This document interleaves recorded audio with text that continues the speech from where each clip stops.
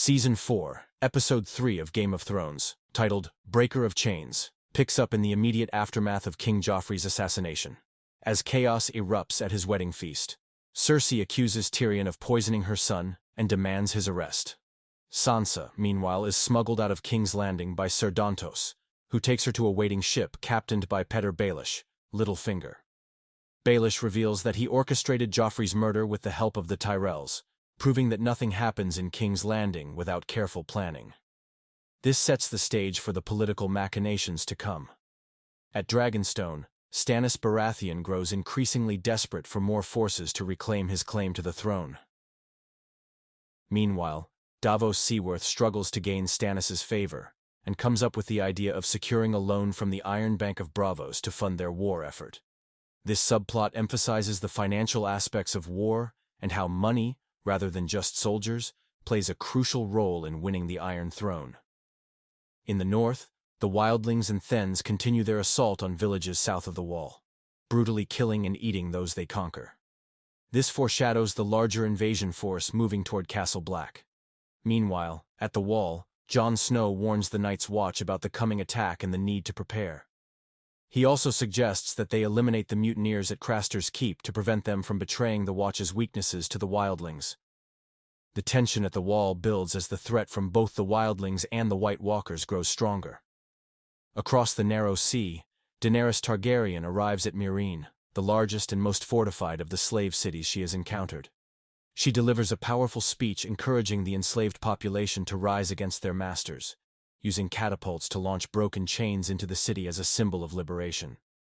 Daenerys' leadership as a liberator is on full display, and this moment highlights her evolving strategy in her conquest. She continues to build her reputation as a ruler who frees slaves, but the long-term consequences of her actions remain uncertain. The episode concludes with a controversial scene between Jaime and Cersei in the Great Sept of Baelor, where Jaime forces himself on her beside Joffrey's corpse. This moment sparked much debate among fans due to its deviation from the books and its unsettling portrayal of Jaime's character. Elsewhere, Arya and the Hound continue their journey, encountering a farmer and his daughter, whom the Hound later robs, showing his ruthless survivalist nature.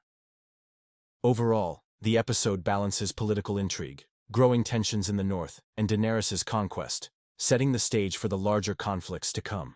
Season 4, Episode 4 of Game of Thrones, titled Oathkeeper, continues to build on the power struggles and looming conflicts across Westeros and beyond. The episode begins in Meereen, where Daenerys Targaryen solidifies her position as a liberator. After successfully inciting a slave revolt, she orders the crucifixion of 163 slave masters as retribution for the children they had previously nailed to crosses along her path. While her actions are seen as just by many, Ser Barristan Selmy warns her about the dangers of ruling through fear and vengeance, foreshadowing the challenges she will face as a ruler rather than just a conqueror. In King's Landing, tensions remain high following Joffrey's death. Margaery Tyrell is visited by Olenna Tyrell, who subtly confirms her involvement in the king's poisoning and advises her granddaughter to start winning over Tommen Baratheon. Margaery takes this advice to heart and secretly visits Tommen in his chambers, planting the seeds of influence over the young and impressionable king. Meanwhile, Jaime Lannister struggles with his loyalty to his family and his friendship with Tyrion, who remains imprisoned. Despite Cersei's demands that he kill their brother, Jaime instead entrusts Brienne of Tarth with a mission to find and protect Sansa Stark. At the Wall, Jon Snow trains new recruits while warning his brothers about the growing wildling threat. The Night's Watch leadership remains divided, especially with Ser Alliser Thorne and Janos Slynt resisting Jon's authority. Meanwhile, a separate group of Night's Watch mutineers, led by Carl Tanner, holds Craster's Keep and abuses Craster's surviving wives. The mutineers also have Jon's friend, Dolorous Edd, and other loyal brothers as prisoners. Jon proposes a plan to eliminate them before they can reveal Castle Black's weaknesses to Mance Rayder's army, setting up a major confrontation. The most unsettling revelation of the episode comes in the final scenes at Craster's Keep. One of Craster's infant sons is taken into the woods by the mutineers and left as a sacrifice for the White Walkers. A mysterious figure, later revealed to be the Night King, touches the baby, turning its eyes icy blue. This is the first time the show gives a direct glimpse into the White Walkers' methods of creating new members, confirming their ability to transform human children into their kind.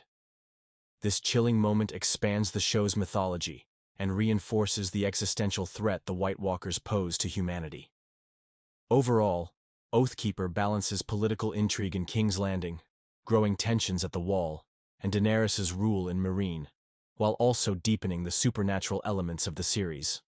The episode highlights shifting loyalties, with Jaime choosing honor over family, Margaery maneuvering to gain control over Tommen, and Jon preparing for a critical battle. The introduction of the Night King marks a turning point in the series, signaling that the struggle for the Iron Throne may be insignificant compared to the greater war to come.